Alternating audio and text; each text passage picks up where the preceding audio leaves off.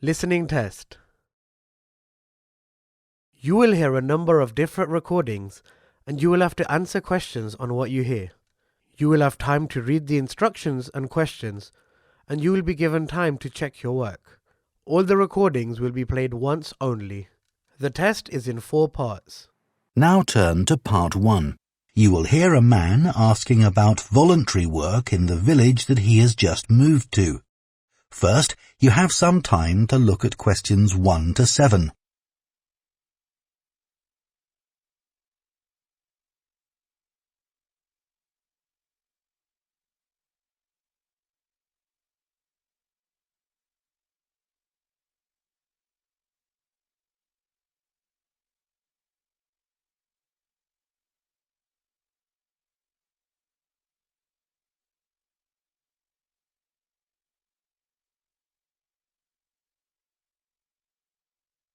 Now listen carefully and answer questions 1 to 7. Hello, Jane Fairbanks speaking. Oh, good morning. My name's Frank Pritchard. I've just retired and moved to Southo. I'd like to become a volunteer, and I gather you coordinate voluntary work in the village? That's right. What sort of thing could I do? Well, we need help with the village library. We borrow books from the town library, and individuals also donate them. So one thing you could do is get involved in collecting them, if you've got a car, that is. Yes, that's no problem. The times are pretty flexible, so we can arrange it to suit you. Oh, another thing is the records that we keep of the books we're given, and those we borrow and need to return to the town library. It would be very useful to have another person to help keep them up to date. Right. I'm used to working on a computer. I presume they're computerized? Oh, yes. Is the library purpose-built? I haven't noticed it when I've walked around the village. No, we simply have the use of a room in the village hall. The West Room. It's on the left as you go in. Oh, I must go and have a look inside the hall. Yes, it's a nice building. Do you run a lunch club in the village for elderly people? I know a lot of places do. Yes, we have a very successful club. I could help with transport, if that's of any use. Oh, definitely. People come to the club from neighbouring villages, and we're always in need of more drivers. And does the club have groups that focus on a particular hobby too? I could get involved in 1 or 2, particularly if there are any art groups. Excellent. I'll find out where we need help and get back to you. Fine. What about help for individual residents? Do you arrange that at all? Yes, we do it as a one-off. Oh, in fact, there's Mrs. Carroll. She needs a lift to the hospital next week, and we're struggling to find someone. When's her appointment? On Tuesday. It would take the whole morning. I could do that? Oh, that would be great. Thank you. And also next week, we're arranging to have some work done to Mr. Salisbury's house before he moves, as he isn't healthy enough to do it himself. We've got some people to decorate his kitchen, but if you could do some weeding in his garden, that would be wonderful. OK, I'd enjoy that. And presumably the day and time are flexible? Oh, yes. Just say when would suit you best, and we'll let Mr. Salisbury know. Good. Before you hear the rest of the conversation, you have some time to look at questions 8 to 10.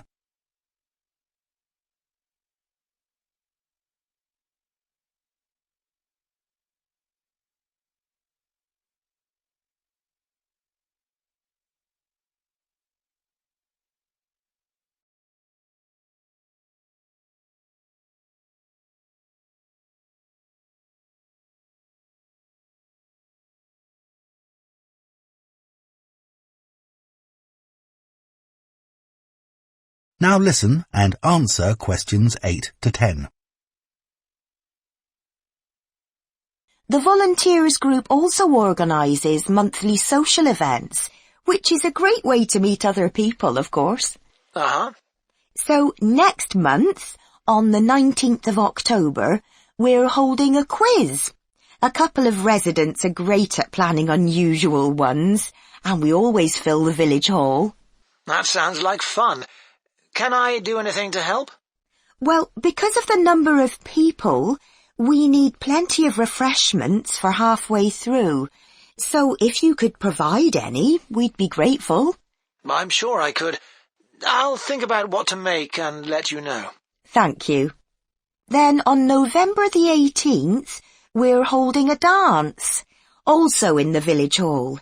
We've booked a band that specialises in music of the 1930s. They've been before, and we've had a lot of requests to bring them back. I'm not really a dancer, but I'd like to do something to help.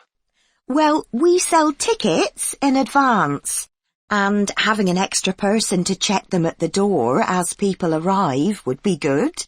It can be quite a bottleneck if everyone arrives at once. OK, I'm happy with that. We're also arranging a New Year's Eve party. We're expecting that to be a really big event, so instead of the village hall, it'll be held in the Mountfort Hotel. The... Mountfort. M-O-U-N-T-F-O-R-T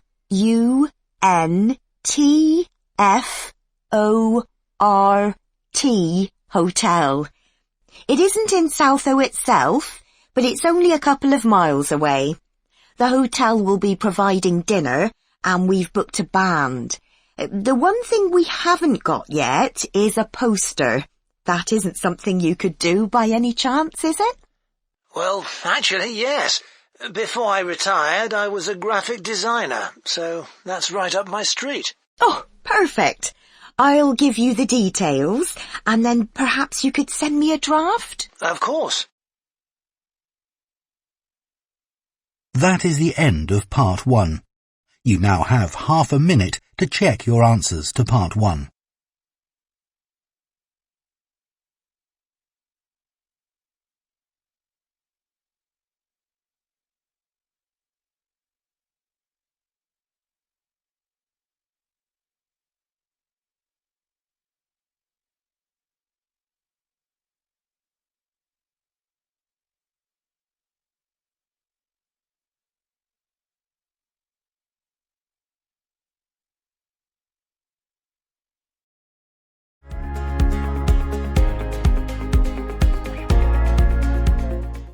Part 2. You will hear a guide at a tourist attraction called Oniton Hall talking to a group of visitors. First, you have some time to look at questions 11 to 14.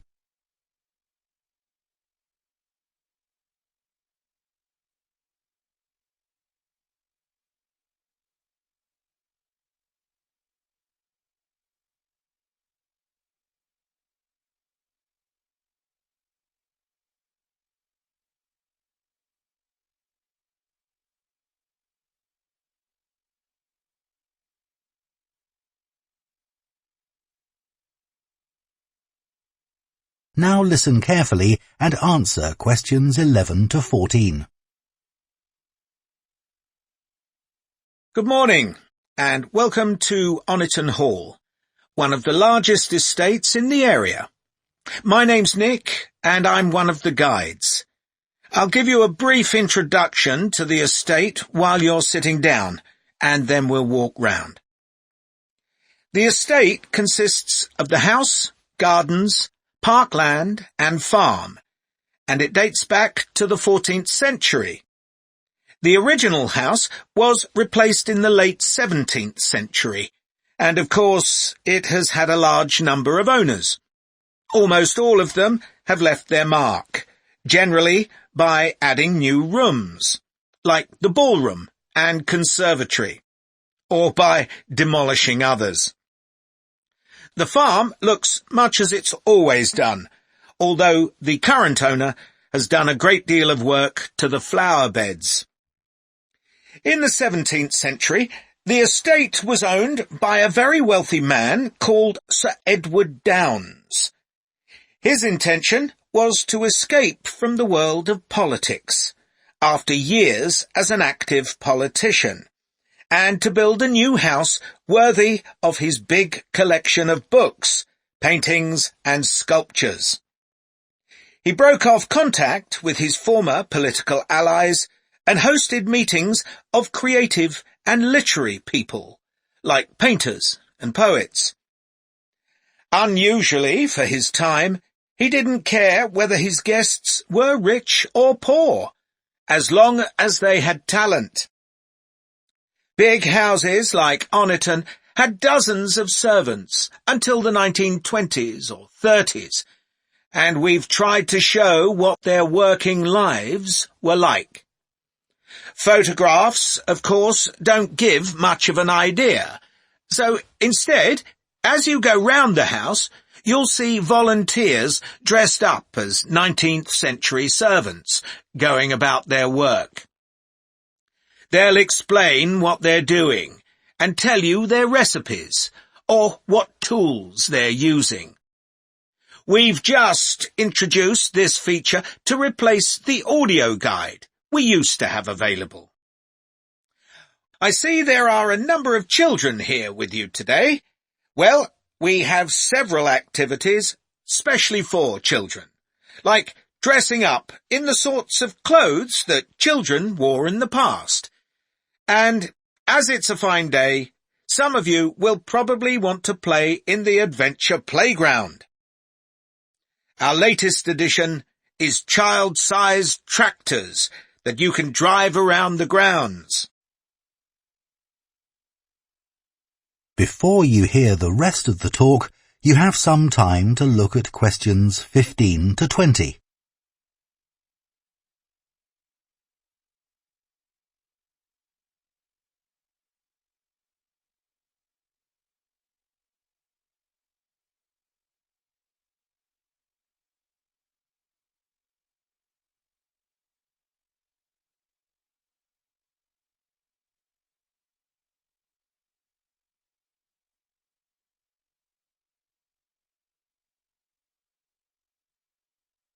Now listen and answer questions 15 to 20.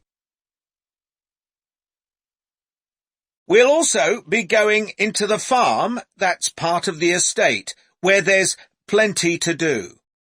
Most of the buildings date from the 18th century, so you can really step back into an agricultural past. Until recently, the dairy was where milk from the cows was turned into cheese. It's now the place to go for lunch, or afternoon tea, or just a cup of coffee and a slice of homemade cake. The big stone building that dominates the farm is the large barn, and in here is our collection of agricultural tools.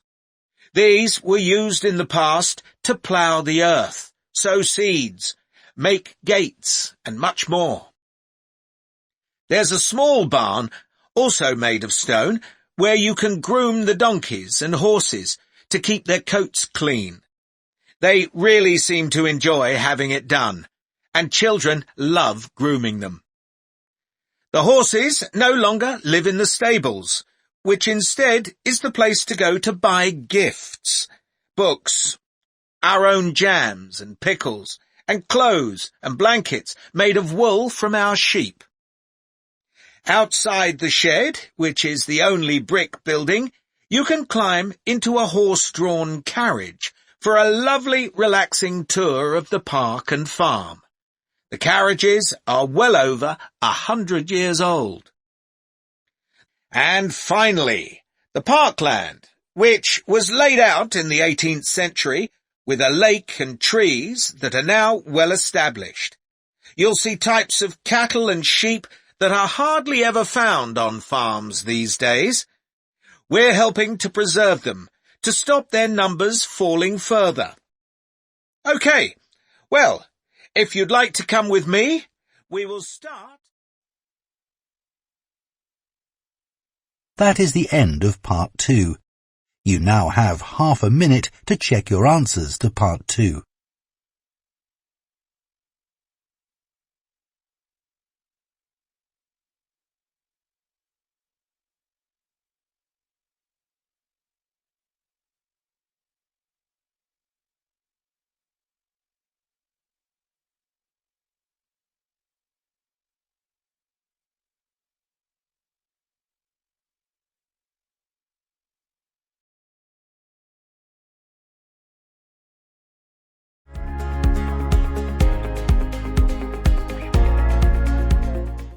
Part 3. You will hear 2 theatre studies students discussing stage and screen performances of Shakespeare's play Romeo and Juliet. First, you have some time to look at questions 21 and 22.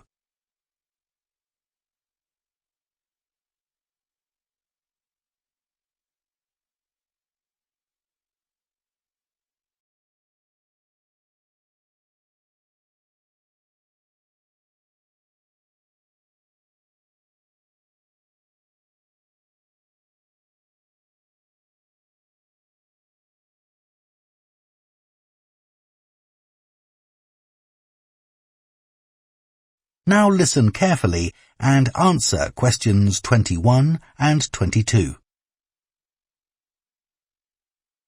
Did you make notes while you were watching the performances of Romeo and Juliet, Gemma? Yes, I did. I found it quite hard, though. I kept getting too involved in the play. Me too. I ended up not taking notes. I wrote down my impressions when I got home. Do you mind if I check a few things with you, in case I've missed anything? And I've also got some questions about our assignment. No, it's good to talk things through. I may have missed things too. Okay, great. So, first of all, I'm not sure how much information we should include in our reviews. Right. Well, I don't think we need to describe what happens, especially as Romeo and Juliet is one of Shakespeare's most well-known plays. Yeah, everyone knows the story. In an essay, we'd focus on the poetry and Shakespeare's use of imagery, etc., but that isn't really relevant in a review. We're supposed to focus on how effective this particular production is. We should say what made it a success or a failure.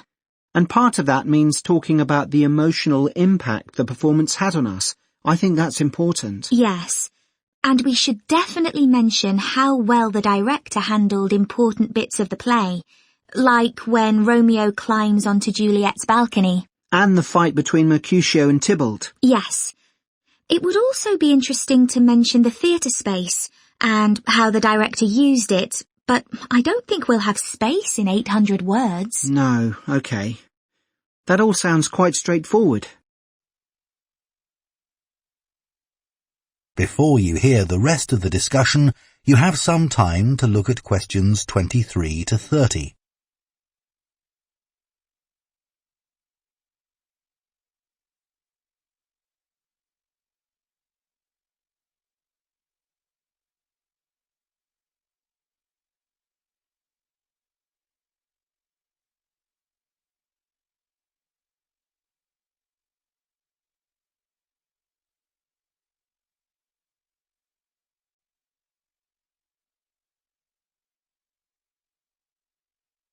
Now listen and answer questions 23 to 30. So, what about the Emporium Theatre's production of the play? I thought some things worked really well, but there were some problems too. Yeah. What about the set, for example? I think it was visually really stunning. I'd say that was probably the most memorable thing about this production. You're right. The set design was really amazing. But actually, I have seen similar ideas used in other productions. What about the lighting? Some of the scenes were so dimly lit, it was quite hard to see. I didn't dislike it. It helped to change the mood of the quieter scenes. That's a good point. What did you think of the costumes? I was a bit surprised by the contemporary dress, I must say. Yeah, I think it worked well, but I'd assumed it would be more conventional. Me too. I liked the music at the beginning, and I thought the musicians were brilliant, but I thought they were wasted because the music didn't have much impact in Acts 2 and 3. Yes, that was a shame. One problem with this production was that the actors didn't deliver the lines that well. They were speaking too fast. It was a problem, I agree. But I thought it was because they weren't speaking loudly enough, especially at key points in the play. I actually didn't have a problem with that. It's been an interesting experience watching different versions of Romeo and Juliet, hasn't it? Definitely. It's made me realise how relevant the play still is. Right. I mean, a lot's changed since Shakespeare's time, but in many ways nothing's changed. There are always disagreements and tension between teenagers and their parents. Yes, that's something all young people can relate to, more than the violence and the extreme emotions in the play. How did you find watching it in translation? Really interesting. I expected to find it more challenging, but I could follow the story pretty well. I stopped worrying about not being able to understand all the words and focused on the actors' expressions. The ending's pretty powerful. Yes, that somehow intensified the emotion for me.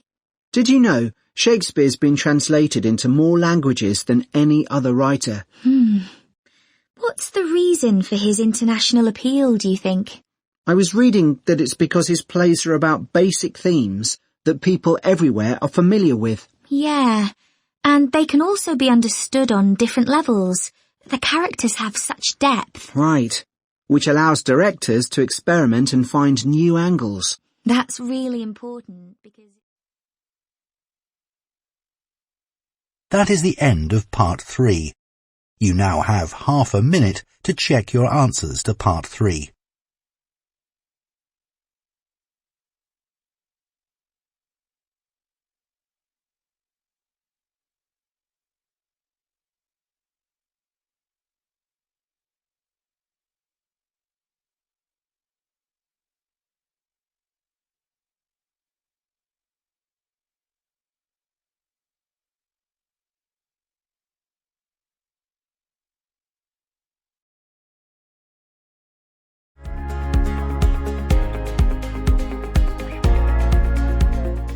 Part 4. You will hear a lecturer on a languages course talking about the impact of digital technology on Icelandic, the native language of Iceland. First, you have some time to look at questions 31 to 40.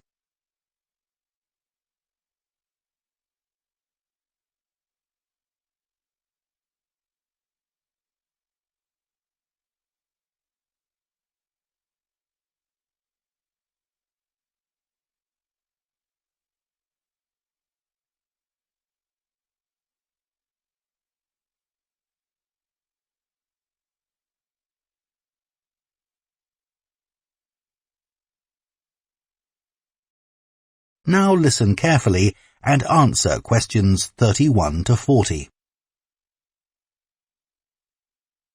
Right, everyone, let's make a start. Over the past few sessions, we've been considering the reasons why some world languages are in decline.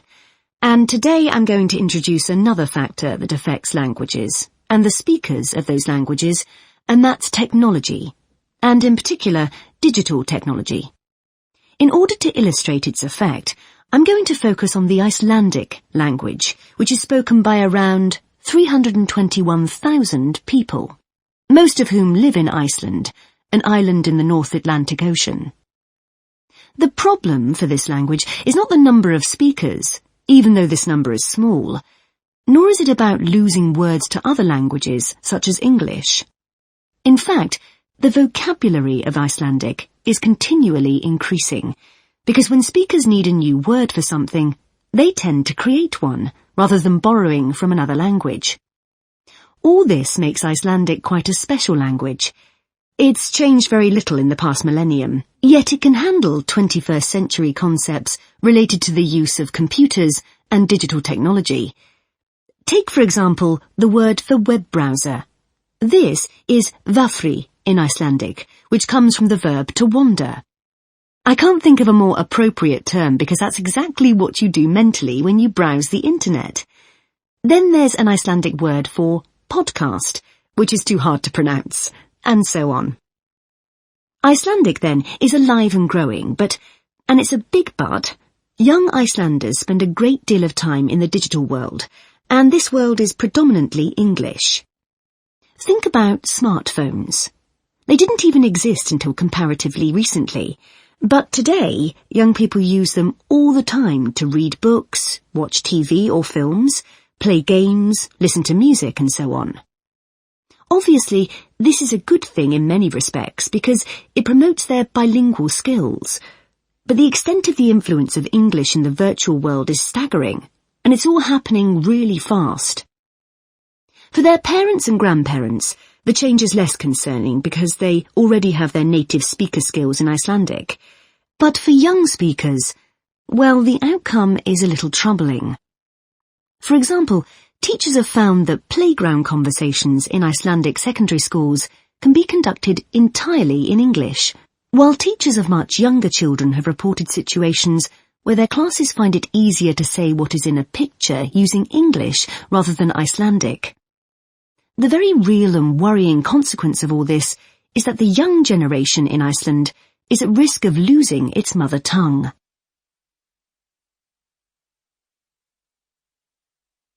Of course, this is happening to other European languages too. But while internet companies might be willing to offer, say, French options in their systems, it's much harder for them to justify the expense of doing the same for a language that has a population the size of a French town, such as Nice. The other drawback of Icelandic is the grammar, which is significantly more complex than in most languages. At the moment, the tech giants are simply not interested in tackling this. So, what is the Icelandic government doing about this? Well, large sums of money are being allocated to a language technology fund that it is hoped will lead to the development of Icelandic-sourced apps and other social media and digital systems. But clearly this is going to be an uphill struggle. On the positive side, they know that Icelandic is still the official language of education and government.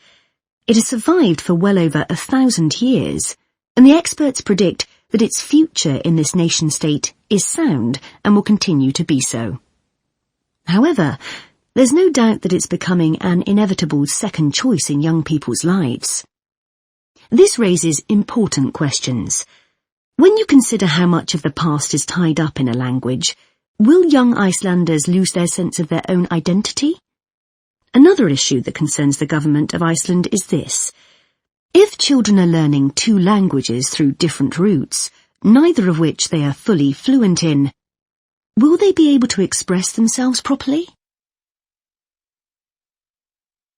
That is the end of Part 4. You now have 1 minute to check your answers to Part 4.